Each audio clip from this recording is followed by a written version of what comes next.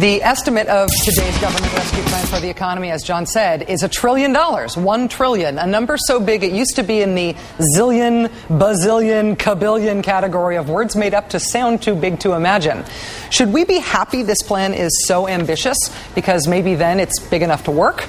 Or might the economy totally, globally tank no matter the size of this rescue plan?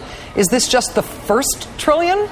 With numbers this big, with diagnoses this dire, I am no longer worrying about my tax dollars. I'm worried about the country. It sometimes feels like everything every day redounds to the election, but this feels bigger than the election. Whether it is President Obama or McCain, will the new president be taking over a government that is a shell of its former self, helming an economy that is itself a shell of its former self?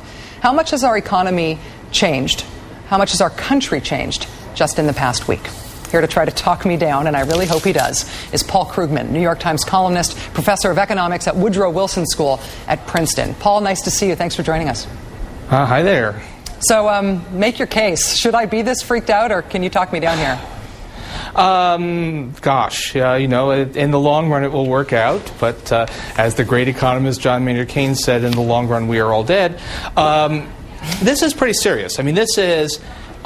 it's funny, I thought I was a little bit over the top, but it turns out that what Bernanke and Paulson told Congress was pretty much what I've been saying in my worst moments, which is that unless we get a grip on this right now, it's 1931. It's the Great Depression all over again. This is an incredible financial crisis. The whole system is apparently within days of melting down.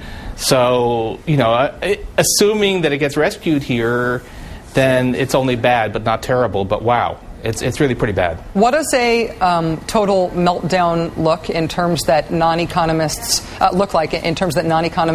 can understand, and what can rescue us from total meltdown?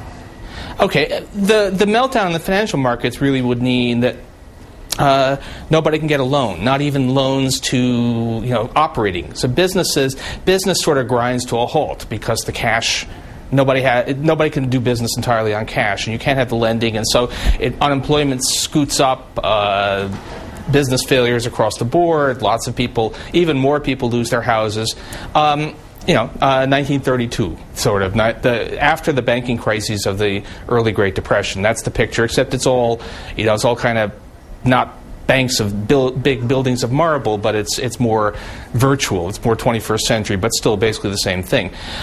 What can avert it is if the taxpayer stands guarantee behind enough assets so that business is able to keep functioning. And that's essentially what we think is in the plan, although we don't have any details yet about how any of this is going to work. In the I guess in the broadest possible terms, has politics just ceased to matter? We're not hearing, certainly we're hearing sniping on the campaign trail, John McCain blaming Barack Obama for what's happened, which is, right. I think, a spit-take moment for most of the country. But honestly, beyond that, it seems like what is being talked about to try to rescue the economy right now isn't particularly partisan, isn't particularly contentious. It just seems sort of desperate and unified. That's not entirely true. Okay. I think there is now bipartisan agreement, except for a sort of rump of true believer Republicans, that we need a gigantic rescue plan. So that much politics has just ended. But the details, what happens to stockholders and financial firms that get a lot of their assets bought out? What happens to the company where even if there's an asset buyout by the feds, it's still not a solvent company. How do we keep it a going concern? Do we keep it a going concern? Those are real issues. If you listen closely to what Chuck Schumer is saying, it's not the same as what Hank Paulson seems to be saying. And there's going to be, I think, there probably is right now behind closed doors, a fight about those details. So no, it's not like we have agreed on everything. But the big thing, yes, politics.